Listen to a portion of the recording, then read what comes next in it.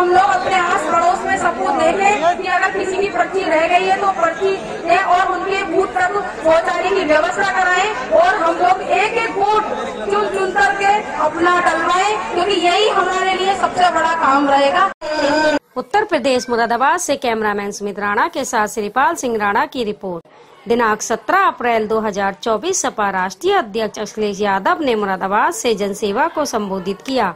सपा राष्ट्रीय अध्यक्ष अखिलेश यादव ने रुचिवीरा सपा प्रत्याशी के पक्ष में जनसभा का आयोजन किया, जिसमें सपा कार्यकर्ता एवं कांग्रेस कार्यकर्ताओं की हजारों की संख्या में समर्थन पहुंचे। मंच से राष्ट्रीय अध्यक्ष अखिलेश यादव ने सभी जनता का शुक्रिया अदा किया और साथ ही उनके द्वारा भाजपा पर जमकर हमला बोला। कहा कि भाजपा ने युवा एवं जवानों के साथ छल किया है। कहा कि अग्निवीर योजना, पेपर लीक जैसे तमाम चीज भाजपा सरकार में देखने को मिली है, जिससे युवा को गुमराह किया गया है। साथियों के साथ द्वारा डॉक्टर एसटी हसन को लेकर सवाल किया गया तो उनके द्वारा बताया गया सपा सांसद डॉक्टर एसटी हसन को नाराजगी है, जिससे हमारी कमी रही है। हम उन्हें रामपुर से लड़ाना चाहते थे, लेकिन उनकी मंशा मुरादाबाद लोकसभा सीट को लेकर थी, लेकिन उन्हें हमारा लिखा हुआ लेटर प्राप्त नहीं हो पाया, इसलिए उनके साथ टिकट को लेकर नाराजगी है। कहा कि वह पार्टी के साथ हैं, वह रुचिवीरा की भी साथ हैं। साथ ही उनके द्वारा कहा गया कि अब मैं मुरादाबाद की जनता से अपील करता हूं कि 19 अप्रैल को अपना कीमती वोट जरूर डालें, जिससे सपा की प्रत्याशी रुचिवीरा को भारी वोटों से विजय मिले। आइए सुनते हैं मन से क्या कहा सपा राष्ट्रीय अध्यक्ष अखिलेश यादव ने। परिवार में कई सदस्य लोगों की जान चली गई, और जब कभी आग लगती है उसमें जो अचानक घटने से जान जाती तो बड़ा दुख होता है। इस दुख की घड़ी में हम और आप सब लोग इनके परिवार के साथ हैं। इस समय भगवान से यही प्रार्थना कर सकते हैं कि इनको हिम्मत मिले, इनको साहस मिले, इस दुख की घड़ी में इनका दुख दूर हो। मैं अपने विधायक जी को धन्यवाद देता हूं कि इनके सभी सहयोगी साथी इस मुसीबत के समय भी हमारा साथ दे रहे हैं, पार्टी के साथ खड़े दिखाई दे रहे हैं।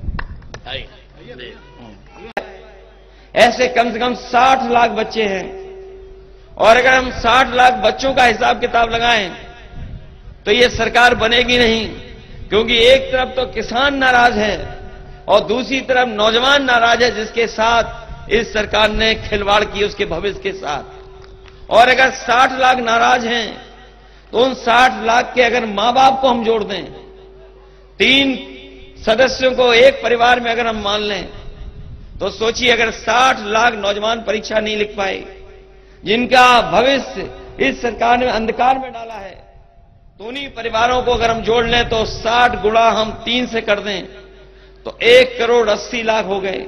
और 1 करोड़ 80 लाख को अगर हम 80 से भाग दे दें तो हर लोकसभा में भारतीय जनता पार्टी का 2,25,000 वोट कम हुआ है। तो 2,025 लाख जिस पार्टी का एक लोकसभा में वोट कम हो जाएगा तो वो 400 पार कहां से करेंगे?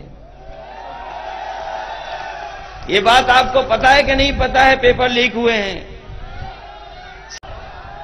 झारखंड के मुख्यमंत्री पर मुकदमे झूठे लगाए कि नहीं लगाए? और आपके हमारी पार्टी के नेता मोहम्मद आजम खान साहब के ऊपर झूठे मुकदमे लगाए कि नहीं लगाए?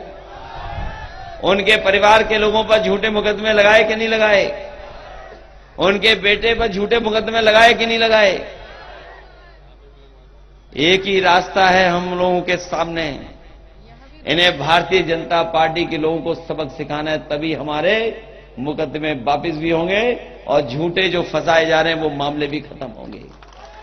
ये तो बड़े लोगों को फंसा रहे हैं, लेकिन हमें सुनने में आया कि हमारे छोटे कार्यकर्ताओं को भी फंसा रही है सरकार। हमारे साथियों पर झूठे मुकदमे लिखा रहे हैं। ये राजनीति में खिसियाता कौन है ये बताओ पहले। अगर इनकी सीटें सब निकलने वाली थी तो बताओ पुलिस को आगे क्यों कर रहे हैं? झूठे मुकदमे क्यों लगवा रहे हैं? ये इसलिए लगवा रहे हैं क्योंकि वो हार के डर से ये पुलिस को आगे कर रहे हैं, प्रशासन को आगे कर रहे हैं। लेकिन हम जानते हैं मुरादाबाद के लोगों को 3 दिन की तो बात है, अगर पुलिस पकड़ने आए तो पकड़ में मत आना। लेकिन हम आपसे निवेदन करेंगे कि वोट डालना मत भूलना। मतदान के लिए सावधान रहोगे कि नहीं रहोगे? जितना मतदान के लिए सावधान रहोगे उतना ही हमारा लोकतंत्र मजबूत होगा। और अपने बूथ की चौकीदारी करोगे कि नहीं करोगे? अगर बूथ की चौकीदारी कर लोगे तो आपका कोई मुकाबला नहीं कर सकता है। वैसे तो यहां के लोग वोट बहुत डालते हैं, इतना वोट डालते हैं कि जाने कितने से जीत हो जाती है।